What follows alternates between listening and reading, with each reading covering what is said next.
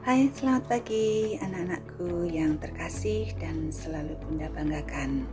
Jumpa lagi dengan Bunda Wiwi di sini. Bagaimana kabar kalian? Di rumah tentunya. Harapan Bunda, walaupun di tengah pandemi COVID-19 ini, kalian tetap dalam keadaan sehat tanpa kekurangan satu apapun juga ya.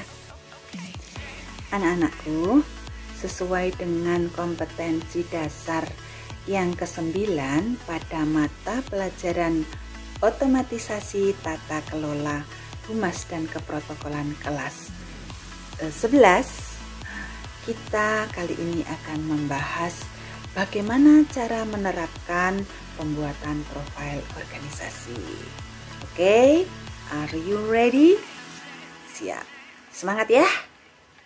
Nah, seperti yang telah Bunda ungkapkan di depan tadi, bahwasanya kita akan membahas tentang bagaimana cara menerapkan pembuatan profil organisasi.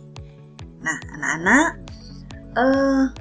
suatu perusahaan atau organisasi itu perlu memiliki profil organisasi perusahaan dengan jelas. Mengapa demikian? Siapa yang tahu? Iya, karena profil organisasi itu menjadi salah satu hal yang penting untuk mendukung berbagai aktivitas perusahaan, ya. Khususnya dalam hal apa? Yaitu dalam hal penyebaran informasi mengenai ruang lingkup perusahaan, mengenai kegiatan-kegiatan perusahaan, mengenai produk-produk perusahaan kepada siapa? Kepada publik tentunya ya, dan juga kepada mungkin para klien, para investor ya, ketika perusahaan itu ingin mencari modal, menambah modal gitu. Nah, bagaimana cara pembuatan profil organisasi atau perusahaan itu? Anak-anakku sekalian, sebelum masuk lebih dalam lagi, ada baiknya kalau kita memahami terlebih dahulu apa yang dimaksud dengan profil organisasi itu, supaya di dalam membuat profil organisasi atau perusahaan nantinya tidak ada yang terlewatkan.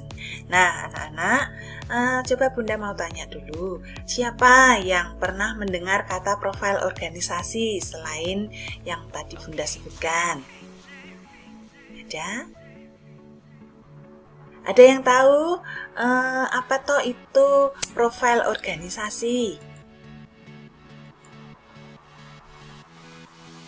Ada? Baik.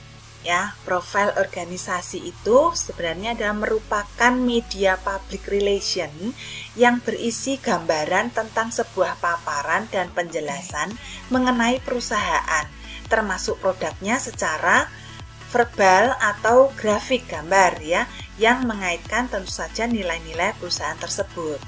Nah, wujudnya seperti apa? Wujudnya itu bisa dalam bentuk media cetak, audiovisual maupun halaman web. Kemudian fungsinya untuk apa? Yaitu fungsinya sebagai media komunikasi dan alat pemberi informasi tentang perusahaan kepada pihak-pihak yang membutuhkan. Nah, biasanya berisi logo, gambar tentang sejarah latar belakangnya, kemudian bisa statusnya saat ini seperti apa, tujuan masa depan sebuah perusahaan itu bagaimana. Itu biasanya dibentuk dikemas dalam bentuk visi dan misi perusahaan. Kemudian produk yang dihasilkan itu apa saja, jumlah karyawannya berapa, kegiatan humas baik internal maupun eksternalnya itu seperti apa, bahkan alamat dan kontak telepon serta alamat medsos yang dapat dihubungi, misalnya seperti email, Instagram, web, dan Facebook mungkin ya, itu bisa dimasukkan semuanya di dalam profil organisasi. Nah, untuk lebih jelasnya lagi, kalian harus simak pembelajaran ini sampai selesai ya. Oke, keep spirit, tetap semangat. Nah, anak-anak, pembuatan profil perusahaan itu memiliki banyak keuntungan loh. Apa keuntungannya? Salah satu keuntungannya adalah dapat menginformasikan berbagai kelebihan perusahaan dibandingkan pesaing yang ada. Ya, jadi profil perusahaan yang dibuat dengan baik itu bisa dijadikan sebagai sarana pemasaran.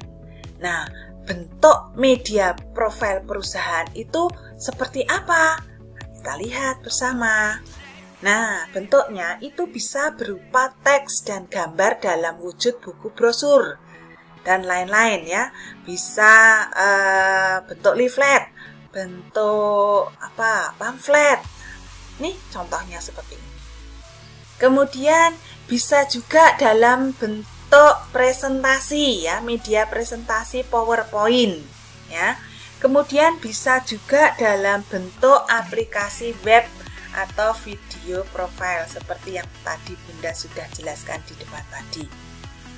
Nah, berbagai media yang dibuat ini bisa digunakan untuk presentasi tentang produk dan perusahaan dalam rangka menarik pemilik modal, ya, memaparkan kepada klien, menarik konsumen, dan tentunya berbagai kegiatan promosi lainnya. Semakin lengkap media yang digunakan, maka akan semakin luas penyebaran informasinya. Seperti itu kira-kira pemahamannya anak-anak. Kemudian bagaimana sistematika penyusunan dari profil perusahaan? Kita simak bersama. Sistematika penyusunan profil atau konten atau isi atau aturan baku membuat profil perusahaan itu sebenarnya memang tidak ada. Artinya, profil bisa saja dibuat sesuai dengan kebutuhan perusahaan. Namun di sini Bunda akan memberikan beberapa poin penting yang sering dibutuhkan dalam membuat profil perusahaan. Yaitu yang pertama adalah nama dan logo perusahaan, ya. Nama dan logo perusahaan itu merupakan hal penting yang harus ada dalam profil perusahaan. Karena inilah yang akan menjadi identitas dari perusahaan. Yang kedua yaitu adalah sejarah berdirinya usaha. Ya, dalam membuat profil perusahaan itu biasanya para pengusaha juga menyampaikan ulasan singkat mengenai sejarah berdirinya perusahaan. Hal ini berguna untuk memberikan gambaran kepada pihak lain tentang landasan dan alasan perusahaan itu berdiri. Kemudian yang ketiga adalah visi dan misi perusahaan. Menyampaikan visi dalam profil perusahaan itu akan memberikan gambaran pada pembaca maupun audiens tentang cita-cita besar yang ingin dicapai oleh perusahaan dalam jangka panjang. Sedangkan menyampaikan misi dalam profil perusahaan itu akan memberi gambaran tentang berbagai upaya yang telah dan akan terus dilakukan oleh perusahaan dalam menggapai cita-cita tersebut. Ya. Kemudian yang terakhir yaitu sistematika penyusunan profil itu adalah kegiatan dan kinerja. Anak-anak sekalian, kegiatan dan kinerja perusahaan itu merupakan poin paling penting yang harus disampaikan melalui profil perusahaan. Anak-anak yang Bunda banggakan, cara pembuatan profil yang baik dan bagus itu ada beberapa. Kita simak bersama-sama. Yang pertama, haruslah singkat, padat, dan jelas. Maksudnya di sini, sebisa mungkin tidak lebih dari 2 halaman kertas folio. Lebih baik lagi jika profil bisa disajikan dalam 1 halaman. Ya, karena para pembaca biasanya hanya akan membaca profil perusahaan itu secara sekilas dengan melihat gagasan yang paling penting saja. Dan jika profil perusahaan itu dalam bentuk video, ya diusahakan durasinya di bawah 10 menit saja, yang biasanya hanya memuat berbagai poin penting. Mengapa demikian? Ya karena video profil perusahaan kalau disajikan dengan durasi panjang biasanya akan menimbulkan kejenuhan bagi penontonnya. Sehingga justru mereka akan lupa dengan inti utama yang akan disampaikan. Yang kedua di sini yaitu langsung pada pokok permasalahannya atau pokok persoalannya. Gunakanlah kalimat-kalimat yang efektif, tidak usah bertele-tele. Hal-hal yang memang tidak perlu ya bisa dipotong atau dihapus, sehingga pembaca langsung bisa menangkap pokok persoalan yang akan disampaikan. Sajikan aspek-aspek utama yang memang penting untuk disampaikan atau ditampilkan. Kemudian yang ketiga yaitu menggunakan data yang akurat. Gunakanlah data-data yang akurat. Di sini maksudnya adalah mengeksplorasi dan menyampaikan informasi tentang kelebihan perusahaan itu tanpa kebohongan. Karena menyajikan informasi tentang kelebihan perusahaan tanpa kebohongan itu merupakan kunci sukses dalam membangun komunikasi melalui profil perusahaan. Apabila ada kekurangan dan tidak layak diutarakan, ya lebih baik tidak disampaikan dalam profil perusahaan tersebut, sehingga tidak membohongi audiens. Kemudian yang keempat adalah informasi yang paling terupdate atau informasi terkini. Seiring berjalannya waktu, perubahan yang dialami oleh perusahaan itu pasti akan selalu ada. Maka buatlah profil perusahaan itu sesuai dengan kondisi yang terkini. Update informasi dalam profil bisa dilakukan setidaknya 6 bulan sekali, ataupun pada saat terjadi perubahan yang mendasar pada perusahaan, sehingga bisa mempengaruhi kegiatan operasional perusahaan. Dengan mengupdate profil perusahaan secara berkala, maka para pemangku kepentingan akan mengetahui perkembangan terkini tentang perusahaan tersebut. Dan yang terakhir, yaitu adalah penyajian yang kreatif atau disajikan dengan cara kreatif. Di sini, profil perusahaan yang dibuat haruslah mampu memberi kesan profesional sehingga akan sesuai dengan kepentingan bisnis. Gunakanlah bahasa visual maupun verbal yang mampu membangkitkan minat, memberi kesan positif, menjadi pusat perhatian, dan mampu menginspirasi. Nah, profil perusahaan yang disajikan secara kreatif itu biasanya akan menjadi lebih dapat diterima dengan baik oleh para pembaca ataupun penonton video. Anak-anak sekalian, dari penjelasan Bunda mengenai pembuatan profil organisasi atau perusahaan, tentunya kalian mulai dapat memahami apakah yang dimaksud dengan profil perusahaan itu, bukan? Iya. Jadi dapat disimpulkan bahwa profil organisasi atau perusahaan adalah suatu alat untuk menjelaskan tentang berbagai hal mengenai perusahaan, baik keunggulan produknya, perkembangan usahanya, maupun potensi investasinya yang disajikan baik secara verbal maupun visual. Bunda rasa cukup untuk pertemuan kita kali ini, dan selanjutnya apa tugas kita? Nah, tugas kalian adalah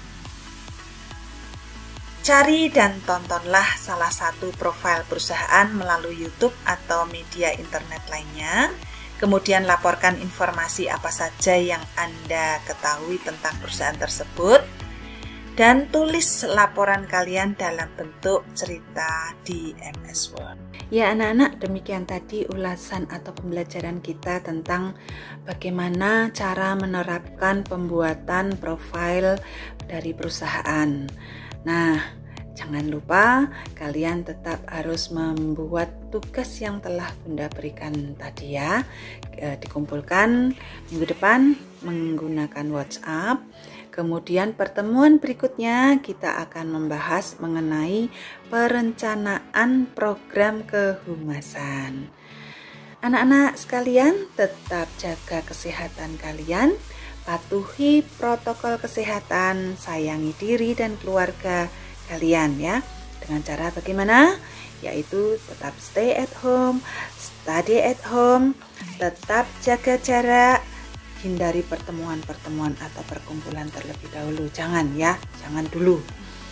Kemudian tetap pakai masker, penutupnya mulai dari hidung sampai dengan dagu. Jangan hanya dari sini ya, percuma nanti ya. Kemudian tetap rajin cuci tangan dengan sabun dan air yang mengalir. Tetap semangat, Dan kita jumpa lagi pada pembahasan berikutnya. Bye-bye.